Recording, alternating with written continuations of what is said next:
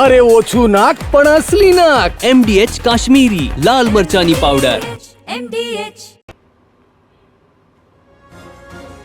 નમસ્કાર, સમાચારો સાથે હું છું આપની સાથે હિરલ મહેતા. પેટા ચૂંટણીમાં આજે ઉમેદવારી ભરવાનો છેલ્લો દિવસ છે અને તેને લઈને જ રાજકીય પક્ષો એડીચોટીનું જોર લગાવી રહ્યા છે. ભાજપ કોંગ્રેસના ઉમેદવારો ઉમેદવારી નોંધાવશે.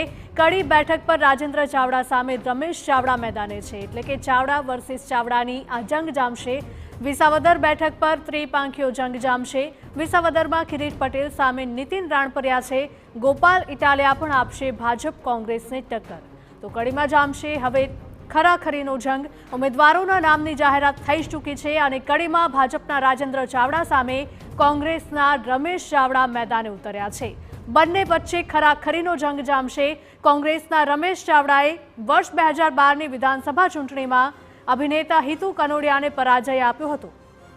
જો કે વર્ષ 2017ની ચૂંટણીમાં તેઓ કરસન સોલંકી સામે હારી ગયા હતા.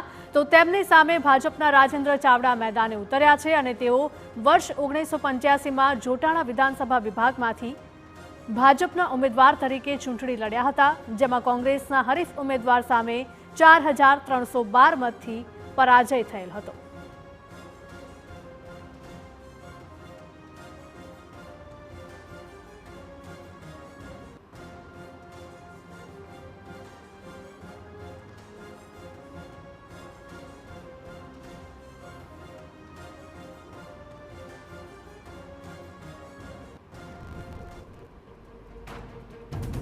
વિસાવદરમાં થોડી જ વારમાં ભાજપના ઉમેદવાર પેટા ચૂંટણી માટે ફોર્મ ભરવાના છે. સીએમની હાજરીમાં ભાજપનું શક્તિ પ્રદર્શન પણ જોવા મળ્યું. આ સાથે જ વિસાવદરમાં થોડી વારમાં ભાજપના ઉમેદવાર ઉમેદવારી ફોર્મ ભરશે. પેટા ચૂંટણીમાં આજે ઉમેદવારી ભરવાનો છેલ્લો દિવસ છે. સીએમની હાજરીમાં ભાજપનું શક્તિ પ્રદર્શન. ભાજપ કોંગ્રેસના ઉમેદવારો ઉમેદવારી નોંધાવશે.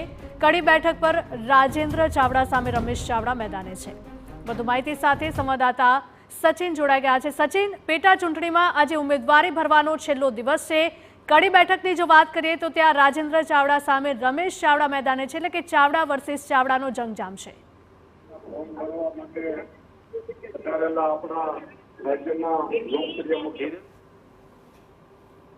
જી સચિન, આ જે બેઠક છે બેઠક પણ ખૂબ મહત્વની છે, કારણ કે ઉમેદવાર છે 2012માં પણ કડી બેઠક ઉપરથી ચૂંટણી લડ્યા હતા અને એમની સામે હિતુ કનોડિયા જે છે એ ઉમેદવાર તરીકે હતા.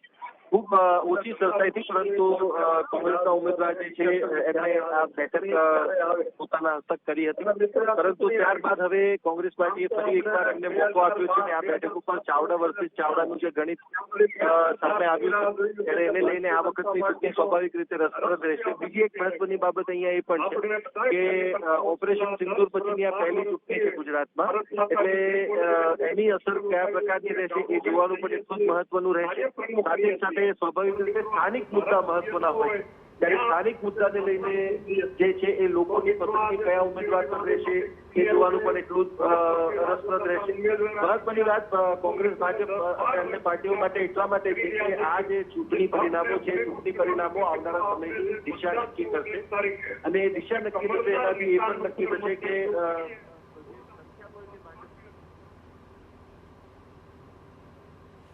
બિલકુલ સચિન, માહિતી બદલ આપનો આભાર. તો વિસાવદર બેઠકની જો વાત કરીએ તો ત્યાં ત્રિપાંખીયો જંગ જામશે. આમ આદમી પાર્ટી દ્વારા પણ અહીંયા ચૂંટણી લડવા માટે કવાયત કરવામાં આવી રહી છે. વિસાવદરમાં કિરીટ પટેલ સામે નીતિન રાણપરિયા છે. ગોપાલ ઇટાલિયા પણ ભાજપ અને કોંગ્રેસને ટક્કર આપશે.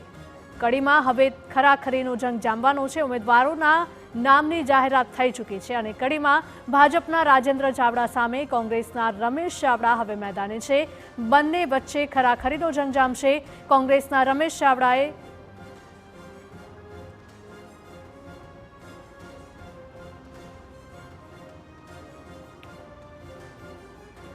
વિસાવદરની જો વાત કરીએ, વિસાવદર લેવા પટેલોની બહુમતી ધરાવતી બેઠક માનવામાં આવે છે. વિસાવદરમાં 60% જેટલી વસ્તી પાટીદારની હોવાનું છે તે મત જણાઈ રહ્યો છે. 95%થી પણ વધારે મતદારો ખેતી સાથે સંકળાયેલા છે. તો વિસાવદરની બેઠક લાંબા સમયથી ભાજપનો ગઢ મનાતી રહી હતી.